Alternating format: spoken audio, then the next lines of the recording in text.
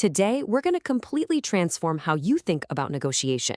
We're going to look at a simple but powerful shift in thinking, a way to turn what feels like a fight into a creative workshop where, believe it or not, everyone can actually win. So let's just dive right in. Have you ever been in one of those conversations, at work, with family, wherever, and you just hit a wall? It feels like you're going around in circles and nobody is going to budge an inch. It's super frustrating, right? Well, why does that happen so often? Well, it usually comes down to this thing we can call the negotiation deadlock.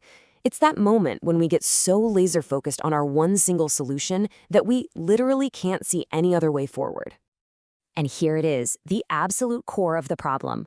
Most of the time, negotiations get blocked for one simple reason. Everyone walks into the room already holding on to their own fixed solution. It immediately becomes my idea versus your idea. And that sets up two totally different ways of thinking. The old way, and let's be honest, the exhausting way, is to see it as a fight. It's a zero-sum game. There's a winner, there's a loser, and that's it. But the new way we're talking about today flips that script completely. It sees negotiation as a workshop, a collaborative, creative space where we can build something new together. Let me show you what I mean with a really simple story. So to really get this whole fight versus workshop idea, we're going to use a classic story. It's the tale of an orange. The story starts with just one thing that everybody wants: a single orange. And then you've got three sisters, and all three of them desperately want this orange. I mean, the stage is set for a total showdown, right? Now, here's where it gets really interesting. This is the big paradox. The sisters were stuck in that fight mode, arguing over who gets the orange, but the wild part is a perfect solution, one where every single one of them got 100% of what they wanted, was right there, hiding in plain sight the whole time. How is that even possible? Well, the secret is all about digging just one layer deeper. It's about understanding the huge difference between two little words: positions and needs. Okay, so a position is just the surface level demand. It's what somebody says they want. For all three sisters, their position was identical. I want the orange. It's simple, it's absolute, and it seems like there's no room to move. But underneath every position, there's always a need.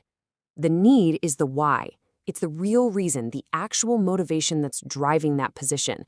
And that is where you find the key to unlock the whole puzzle. So check this out. This is where it all clicks into place. They all had the same position. I want the orange, but look at their needs.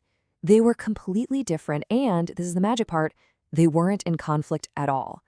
The first sister, she didn't need the whole thing. She just needed the juice to make a drink. The second sister, she couldn't care less about the inside. She just needed the peel for zest to bake a cake. And the third sister, she only wanted the seeds so she could go plant her own orange tree. The second you uncover these totally separate needs, you blast open the door to finding what some people call the third option. And this is so important. It's not about compromising by cutting the orange into three tiny, unsatisfying pieces. That's still just fighting over the position. This is about being creative. It's about looking past the obvious to find a solution that actually serves everyone's real purpose. Because the amazing thing is, once you stop arguing about what you say you want and start talking about why you want it, you realize the solutions are everywhere. There's almost always a third or a fourth or even a fifth option that nobody even saw at the beginning. And that's what this represents. It's like an explosion of possibilities. Once you focus on the real needs, juice, peel, and seeds, the entire conflict just evaporates. Everyone gets 100% of what they truly wanted. It's not a compromise, it's a perfect win-win-win. So let's tie this all together. How do we actually take this idea and start using it in our own lives? How do we adopt this new mindset? If you only take one single thing away from this whole explainer, please let it be this. We have got to unlearn this idea that negotiation is a battle where for you to win, someone else has to lose. It's just not true. Instead, let's redefine what we're doing. A good negotiation is a workshop.